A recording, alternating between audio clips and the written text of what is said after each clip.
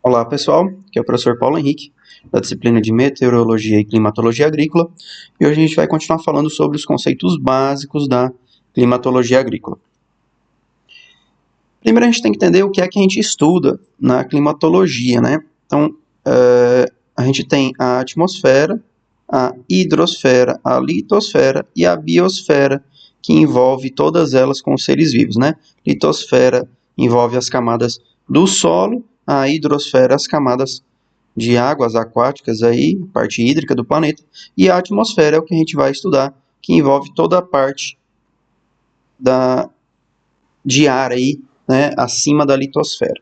Tá? Então, essa atmosfera ela é dividida em troposfera, que é a camada mais próxima da Terra, que fica entre 15, 18 até 20 quilômetros de altura. Depois a gente tem a estratosfera, que pode ir até 50 quilômetros, que é onde a gente tem a maior concentração de ozônio aqui. Tá? A gente tem a mesosfera, né, a 85 quilômetros, que é onde a gente já tem uma restrição maior aí de ar, que fica mais rarefeito. Então, nesse caso aqui, está exemplificando aqui as chuvas de meteoro, que ele começa a incendiar aqui, porque a quantidade de ar já é suficiente para gerar esse atrito. A termosfera, que é uma camada que isola, basicamente, o planeta das temperaturas, aqui ela sofre inversões, aqui a gente tem uma camada mais fria e a partir dela a gente vai esquentando, tá? Conforme a gente sobe nela, ao contrário das outras, ela vai esquentando.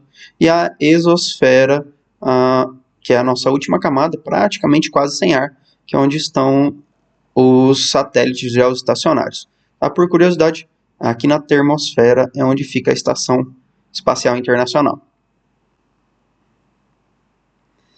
E sobre a composição, então, da atmosfera? Bom, a gente tem uma grande parte, aí, 78%, formada por nitrogênio. O segundo gás em maior quantidade é o oxigênio, com aproximadamente 21%. Depois a gente tem argônio com 1, dióxido de carbono 0,035, e aí os outros, que correspondem a muito pouco aqui, né? Estão vendo? Então, se a gente fizer um gráfico, a gente vai ter quase tudo de nitrogênio, um pouquinho de oxigênio aqui, representativo, né? E aí, o meu dióxido de carbono muito pequeno, pouquinho superior à soma dos outros aqui, né? Mas pouca coisa. O argônio também é um pouco representativo. O que é importante a gente entender desses gases? Primeiro, o nitrogênio, que ele está presente em vários compostos orgânicos, né, nas proteínas vegetais, ele não é oriundo da atmosfera. Estão vendo aqui, ó? Como assim, professor? Bom, as plantas e a maioria dos seres vivos não conseguem absorver esse nitrogênio aqui. Quem é que faz isso? Um exemplo que vocês têm na agricultura, muito útil, são as rizobactérias, né? Que a gente vai inocular aí nos nossos cereais de plantio, nos nossos cultivos, para que eles consigam retirar esse nitrogênio da atmosfera e aí então a gente não precisa adubar com nitrogênio, nesse caso dessas culturas inoculadas com rizobactérios, né? Isso aqui é importante, gente, para vocês entenderem que quando a chuva cai, a água passa aqui nessa atmosfera, ela passa retirando parte desse nitrogênio aqui. É por isso que a chuva, ela tem uma condição, quando é natural, ela carrega mais nitrogênio, né, do que uma chuva artificial que eu faço, uma irrigação. Tá? Então tem uma pequena diferença aí na chuva natural, né, que cai, da irrigação, com relação ao percentual de nitrogênio que eu tenho nessa água. E o oxigênio? Bom, o oxigênio ele tem um fator importante aí com relação ao ozônio, né? Por quê? Porque o oxigênio é O2 e o ozônio é O3. Então, na camada da atmosfera, o oxigênio, quando ele recebe uma radiação ultravioleta em determinado comprimento de onda, ele pode quebrar essa ligação aqui, ó, e formar dois oxigênios livres. Tá? E aí, esse oxigênio pode se unir a outro oxigênio novamente, formando um outro oxigênio aqui, né? Gás. E essa energia que vai ser liberada no processo é absorvida por uma outra molécula aqui, que pode ser qualquer uma, que ele bota aqui como M até. Tá? Ou ele pode pegar um oxigênio, se ligar com uma molécula de oxigênio, e aí a gente vai ter gás ozônio, né? E novamente liberação de energia que vai ser aproveitada por outra molécula. Tá? Então essa complexidade aqui, ela ocorre o tempo todo, essas reações, perdão, tá? E uma coisa importante, a gente tem que ter um equilíbrio de ozônio na nossa atmosfera. Se a gente tiver pouco ozônio, a gente não vai ter vida, ou vai diminuir muito por conta do excesso de radiação. E se a gente tiver muito ozônio, também vai ser problemático, porque não vai chegar a comprimento de onda de radiação ultravioleta suficiente para formar vitamina D nos animais e seres vivos aí. Tá? Então, existe um equilíbrio aí, bem tênue, dessa questão do ozônio. Sobre o gás carbônico, né? 98% do gás carbônico se encontra dissolvido na água dos oceanos. Gente, então, a grande parte do gás carbônico está nos oceanos. Grande mesmo, né? E parte dela também está no solo, presa na matéria orgânica. Então, a quantidade de dióxido de carbono aqui ela é muito pequena em relação aos outros gases na atmosfera, mas eu tenho um estoque de carbono muito grande, né, nos oceanos e no meu solo também. Isso é importante para o balanço de carbono. Vocês sabem que quanto mais carbono eu tiver no solo, mais matéria orgânica, mais vivo vai estar esse solo e melhor do ponto de vista agrícola, né? E nós não podemos esquecer de falar do vapor de água, que é o que causam as chuvas e é o que a gente estuda na meteorologia e climatologia agrícola. O vapor de água ele varia de 0 a 4% dentro da atmosfera. Como assim, professor? Não é até 100? Não. Aquela umidade que a gente mede nos nossos termoigrômetros lá é a umidade relativa que a gente chama, né? Que é a umidade absoluta, ela pode chegar só até 4% da composição aqui. Mas a gente vai falar mais disso mais para frente, porque é um fator muito importante da climatologia. Por que a gente estuda isso? Para fazer a tomada de decisão. O que é isso? É decidir sobre a viabilidade ou necessidade de realizar uma prática agrícola em função das condições meteorológicas ou hídricas atuais, né? Ou talvez até da previsão para os próximos dias. Então, o que é isso aqui? É saber se eu vou plantar, se tem umidade no solo ou não, ou se vai chover, tem previsão de chuva, né? Então, decidir se eu vou ou não executar uma tarefa de acordo com as condições meteorológicas presentes ou futuras da previsão, né? E como é que eu vou fazer essa tomada de decisão? Eu tenho que levar em conta todas as entradas e saídas de água no meu sistema, né? Então, supondo que eu tenho irrigação, vou ter aqui irrigação, mas se eu não tiver irrigação, vou ter só precipitação, né, de entrada, ok? Então, eu vou ter a evapotranspiração, que é a evaporação e a transpiração das plantas aqui, do solo e plantas saindo. Eu tenho o meu escorrimento superficial aqui, que é aquela água que escorre, que não penetra no solo, né? Eu tenho a minha ascensão capilar, que é a água que sobe quando o meu lençol freático está abaixo, está próximo, perdão, do solo, né? Eu tenho a minha drenagem profunda, que é a água que se perde, que vai embora para os lençóis freáticos, do mesmo jeito que a ascensão capilar. E eu tenho o meu armazenamento de água, que é o que a planta aproveita. Então, esse armazenamento aqui, ó, ele depende da minha planta, ele depende do tamanho da planta, da idade, do sistema radicular da planta, do tipo de planta, enfim. Então, são essas as condições que eu tenho que prestar atenção, né, que eu tenho que fazer essas contas aqui, esse levantamento, para fazer a minha tomada de decisão.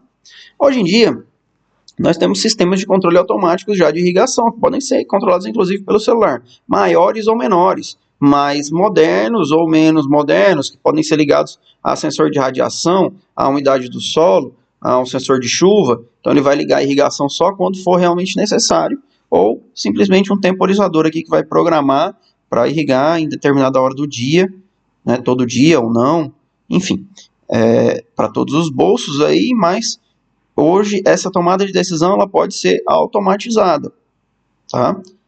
Mas ainda continua sendo importante armazenar. Quanto mais a gente automatiza o sistema, mais tecnificada tem que ser a mão de obra para regular esses equipamentos, não é? Vamos falar um pouquinho sobre a tomada de decisão.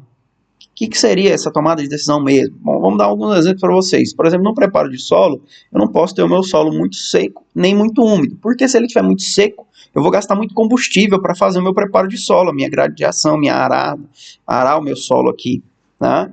Eu consigo, até consigo, mas vai estar complicado. Se tiver muito úmido, eu vou ter compactação no meu solo, espelhamento. Até o plantio não pode ser efetuado em solos muito úmidos, né? Sobre a semeadura, então, falando sobre o plantio, eu tenho que ter água no solo, senão a semente não vai germinar, ou eu pelo menos tenho que ter uma previsão, né? Eu posso até arriscar, mas se essa semente ficar lá no solo e der uma chuva muito leve, ela vai apodrecer e vai morrer. Tá? Sobre a pulverização, é o mais delicado, então, na tomada de decisão. Por quê? Porque dependendo do defensivo agrícola, do agrotóxico que eu vou utilizar, eu preciso de mais umidade, menos umidade, né, no meu solo, na minha planta, mas a grande maioria não pode ter chuva após a aplicação, apesar de alguns pré-emergentes serem mais eficientes nesse caso. Mas, por exemplo, inseticidas não pode ter chuva, vai lavar meu produto, herbicidas também. E também eu tenho a condição de não pode ter muito vento, né? Não pode estar muito seco, senão vai evaporar, enfim. Então, a meteorologia e climatologia é muito aplicada na pulverização agrícola. Sobre a colheita, bom, não posso colher quando está muito úmido, tem que estar com o processo mais seco, senão vai estragar a minha cultura não, desculpa, os meus grãos aqui, né? Então, é meio complicado também, eu tenho que fazer essa previsão de plantio lá, para que quando chegar na colheita aqui eu tenha a condição de colher esse cereal ou essa cultura, para que eu não perca. Então, o homem desenvolveu o sistema de irrigação, que aí é decidir se eu vou ou não irrigar, dependendo daquelas condições que a gente falou lá atrás, precipitação, evapotranspiração, escorrimento superficial, armazenagem de água no solo, enfim, todas essas aí, a gente vai decidir se irriga ou não, qual é a melhor hora para irrigar, qual é a melhor quantidade de água que eu coloco. Tudo isso são as minhas tomadas de decisão. E aí, para ajudar nessa tomada de decisão, vem o zoneamento climático. O que é isso, professor? Bom, o zoneamento climático, na verdade, o zoneamento de aptidão e de risco climático, né, no nome completo é ZARC, a sigla, ele traz para você um panorama de quando seria ideal fazer o plantio para que eu tenha condições boas de desenvolvimento da planta e colheita. Então, esses documentos que a Embrapa disponibiliza para todo mundo, né, a gente tem aqui, por exemplo, da cultura da mamona, né, no caso do Piauí, algodão herbáceo no Piauí, soja no Piauí e milho no Piauí. Então, vocês podem ver aqui que estão por ordem de documento, né, por publicação. O milho foi o último a ser publicado, desses aqui que eu mostrei para vocês, mas claro que tem outros que já foram publicados depois. Só escolhi alguns aqui do mesmo estado, né, para que vocês entendam como é que é. Então, isso aqui, esses zoneamentos, se vocês abrirem, vai ter lá todo um trabalho dizendo qual é a melhor época para plantar, onde eu vou ter o menor risco de perder minha cultura. E qual é o último período de plantar. Então, eu tenho uma certa garantia aí de que, na média, claro que isso aqui são feitas médias, né? Eu não vou ter certeza que aquilo vai dar certo todo ano, mas na média, o risco de plantar naquelas épocas é muito menor do que em outras, né? Claro que sem falar de irrigação, aqui falando de chuvas naturais. Mas o homem também desenvolveu algumas medidas contra o clima, né? Contra esses eventos adversos do clima, né? Como construções de casa de vegetação, para diminuir a intensidade de sol que bate na minha cultura aqui, melhorar a minha condição, facilitar a irrigação, se for o caso, né? Ou estufas, para aumentar a temperatura. Então, mesmo que tenha neve aqui fora, eu consigo cultivar alguma coisa aí dentro, né? Posso até ter um aquecedor. Enfim, o homem, ele desenvolve essas tecnologias para melhorar a sua relação com a comida, basicamente, para que não falte comida numa condição de muito frio ou muito calor. Né?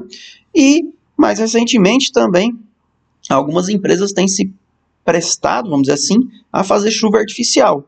Tá? Então você contrata a empresa, ela vai lá e faz uma pulverização, pode ser com gotículas de água, pode ser com sal, enfim, cada empresa tem a sua tecnologia, e aí essa tecnologia permite com que a chuva ocorra. Tá? Só que essa tecnologia aqui de chuva artificial, ela tem algumas restrições, eu tenho que estar com a nuvem certa formada lá, a gente vai falar sobre nuvens depois também, né? Eu tenho que aplicar a quantidade certa de água, enfim, tem alguns pré-requisitos. E não tem a garantia de que vai chover na minha propriedade. Por quê? Porque pode chover em outras propriedades e não na minha. Tá? Também tem a questão de prevenção de geadas, que o pessoal usava antigamente, eram alguns rojões que eram disparados nas nuvens, que também é complicado porque, às vezes, evitava de gear em algum lugar, mas não naquele cara que aplicou. Então, são medidas complicadas de serem tomadas aí, porque elas mexem com um clima num espaço muito amplo, né? E essa chuva, esse granizo pode não ocorrer, ou pode ocorrer aonde você não queira, tá? Diferente das casas de vegetação e estufas aí, onde eu tenho um espaço menor e um ambiente totalmente controlado, que eu posso aquecer e esfriar, né, de acordo com a minha necessidade, fazer irrigação e o que for necessário aí para conseguir ter alimento durante todo o ano.